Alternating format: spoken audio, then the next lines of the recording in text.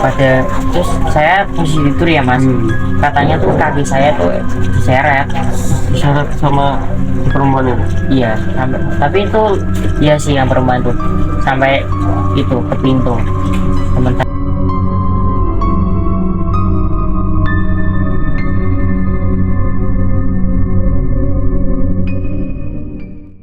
Assalamualaikum warahmatullahi wabarakatuh.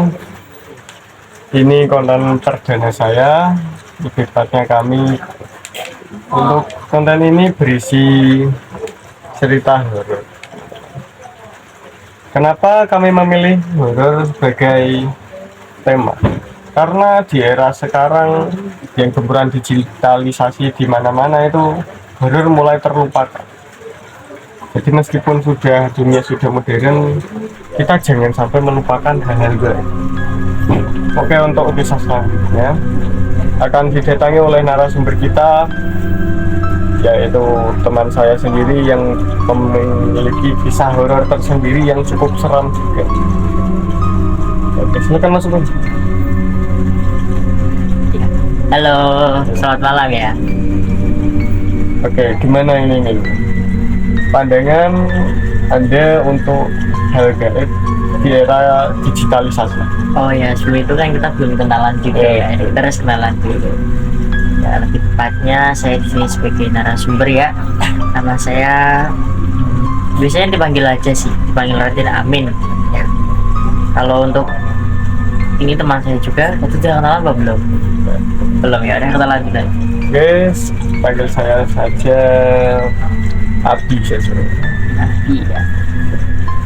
Oke, pada malam hari ini saya ingin mengisahkan tentang kehidupan saya ya. Saya ini sejak kecil emang tidak terlepas dari dunia spiritual, dunia mistis lah biasanya. Itu dikarenakan apa ya? Dikarenakan dari nenek moyang saya. Sejak kecil saya tuh udah pernah mati suri. Iya, mati suri guys. Lebih tepatnya pada umur 2 tahun. Saya itu kan, itu posisi ayah saya kan lagi merantau ya di luar Pulau Jawa. Saya di rumah nih sama ibu saya ya mas. Lebih tepatnya tuh kalau biasanya tuh penyakitnya tuh step atau kejang-kejang ya, masih bayi itu. Jadi itu umur 2 tahun mati suri itu masih belum sadar ya? Ya saya nggak tahu karena kan saya kan diceritain sama ayah saya ya. Nah itulah saya mulai bibit mengenal dunia itu tuh sejak kelas SD, lebih tepatnya di kelas 5. Awal mulai itu ya saya sering mimpi. Oke Mas Amin, jadi sosok gaib apa yang pertama kali Anda temui? Lebih tepatnya tuh sosoknya tuh anak kecil. Ya kalau bisa dibilang segini saya ya, ini bahu dan saya. Itu dia ya ganteng laki-laki lah. Nah saya kan terus bingung kan, dari dulu kan saya belum pernah kayak bisa bedain bangsa yang kayak itu gimana, yang bahasa manusia asli itu gimana. Saya tuh masih bingung. Kadang kalau saya sekolah nih ya, jadi bilang sama teman saya, kamu kok freak banget ya, aneh gitu. Ngomong-ngomong sendiri? Iya, padahal kan saya pengen gini tuh, enggak, ini saya lagi bicara sama teman saya. Nah, pada itulah dia kaget. Itu sosoknya itu keluar setiap hari, siang keluar siang? Iya, tapi yang bisa lihat sih saya ya, mungkin kalau yang anak lain ya enggak. Kalau yang kayak punya kemampuan mungkin juga bisa, tapi sekarang nih yang itu beda lagi ya. Oke. Itu mulai si anak kecil itu mulai berhenti mengikuti Mas Amin itu sejak apa? Sejak awal masuk pesantren sih mas tepatnya.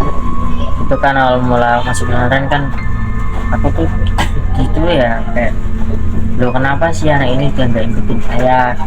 Apa mungkin inilah mulai kehidupan saya yang baru atau gimana, atau mungkin saya udah nggak bisa lihat lagi. Tapi dari sisi itulah dari beberapa bulan betul tuh aman-aman aja di pesantren, tapi setelah itu diliatin kayak gitu-gitu lagi yang lebih serem. Kadang tuh gini loh, yang saya kirain apa namanya, kayak kepala terus tangan sama kaki tuh misah. Itu di pesantren ya? Iya, Ternyata tempat yang religius sekalipun masih ada makhluk gaibnya ya teman-teman. ya sebenarnya sih nggak gimana pun aja tuh Pasti ada. ya pasti ada. Di sini tuh pasti ada, ya pasti ada di barang. Nah kalau itu kan saya sekarang juga udah punya apa namanya kayak guru spiritual ya, ya kayak sekarang tuh saya bisa mengontrol diri saya sendiri juga, nggak separah dulu lah. Iya emang dulu seberapa ya? Kalau dulu itu kayak keseringan sih belum bisa ngontrol nama itu ya, kayak kadang-kadang sih bisa kemasukan juga itu. Kesurupan. Iya, biasanya kesurupan sih. Menurut Iya. Mas Amin itu pandangan Mas Amin ketika kesurupan itu seperti apa? Kalau kesurupan sih yang saya rasain ya, pribadi yang udah pernah ngalamin, ya, saya tuh nggak tahu apa-apa. Ibarat tuh kayak bangun tidur tapi badannya lemes semua. Kapan pertama kali Mas Amin ini kesurupan? Kapan ya? Kayaknya itu pas di pesantren sih. Ya lebih tepatnya salah satu surah. Itu pun udah, maksudnya nggak saya doang, teman saya juga ada yang gitu. Terus ini mas, saya mau nambahin lagi ya. Saya tuh katanya habis maghrib nih. Itu kan teman saya bilang gini, Min, mangan orang. Itu kalau dalam bahasa Jawa yang bahasa Indonesia, Min makan apa enggak? Kan udah dijualan makan ya. Iya. Saya bilang gini, saya cuma senyum sama ketik-ketik doang, kayak giling-giling kepala gitu. Tapi reaksi temannya Mas Amin itu gimana? Ya gimana lagi ya, maksudnya dia cuman lo ini orang kenapa gitu. Terus dia kan itu kan pada saya pesantren saya yang dulu kan itu apa namanya kayak lantainya 2, jadi saya tuh di atas, yang bawahnya tuh buat ngaji, aula lah. Nah terus sama saya kan turun dari tangga, katanya tuh saya ngikutin dia tapi dengan keadaan kayak lari. Nah tapi itu berjalan tapi kayak lari. iya, kayak cepat gitu loh Mas. Dia aja itu kayak apa namanya ngikutin saya tuh kayak hilang aja ya. Dan setelah diikutin ternyata saya tuh ke belakang itu, belakang pesantren ya. Tapi tepatnya tuh kan itu kan pesantren saya kan sampingnya tuh ada kali, itu ada juga pohon pring. Nah saya tuh ditemuin itu dengan keadaan tidur di bawah pring itu. Itu zaman dulu ya teman-teman. Jadi aura mistisnya saat itu masih cukup kental ya. Iya, itu di era tahun 2021. Sudah mulai transisi antara dunia tradisional menuju ke dunia modern. Iya. Tapi itu bukannya saat itu dunia sedang dilanda COVID-19. Iya, iya sih mas. Tapi kan pesantren kan tetap di pondok, nggak pulang. Jadinya ya kita ya di pondok ya kayak tenang aja ya, itu waktu ngaji ya ngaji, waktu sholat ya sholat, ibadah ibadah. Oke Mas Amin, saya mau tanya, Ya selama di pondok itu ya, Iya. selama di pondok saat fantasi itu, ya sosok apa yang pernah Mas Amin lihat itu yang menyeramkan, paling menyeramkan menurut Mas paling Amin saat itu? menyeramkan itu sebenarnya tuh besar banget, sama giginya tuh ada taringnya, sama ada bulunya. Itu tempatnya tuh lebih tepatnya di tempat wudhu atau biasanya kolah ya biasanya, dengan bisa pesantren atau bisa Jawanya kolah mas. Itu kan waktu subuh ya, waktu subuh waktu teman saya tuh pada wudhu ingin melaksanakan sholat subuh ya, itu tuh di belakang mereka tuh kayak digodain, kayak nggak boleh sholat.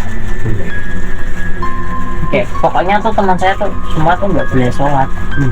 Nah itu kan sebelah apa tempat wudunya tadi kan ada gudang kayak penyimpanan barang yang sudah tidak digunakan lagi lah. Nah itu pada ke situ semua, tidur di situ. Jadi mereka tuh nggak masa subuh, nggak ngaji. Tapi setelah itu kan mereka baru nyadar. Aku bilang gini, kue kita ora usah turunin kuno ki ana nganune. Mereka nggak paham. Tapi setelah itu kan mereka baru nyadar ternyata tuh emang ada sesuatu itu.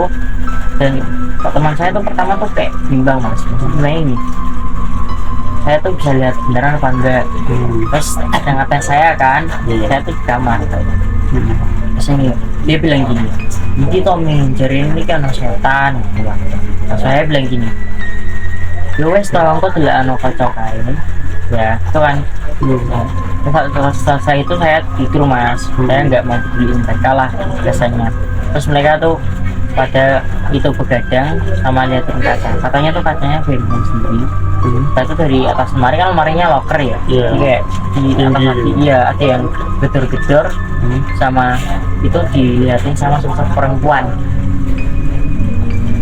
Dan setelah itu mereka semua tuh kayak ketakutan pada.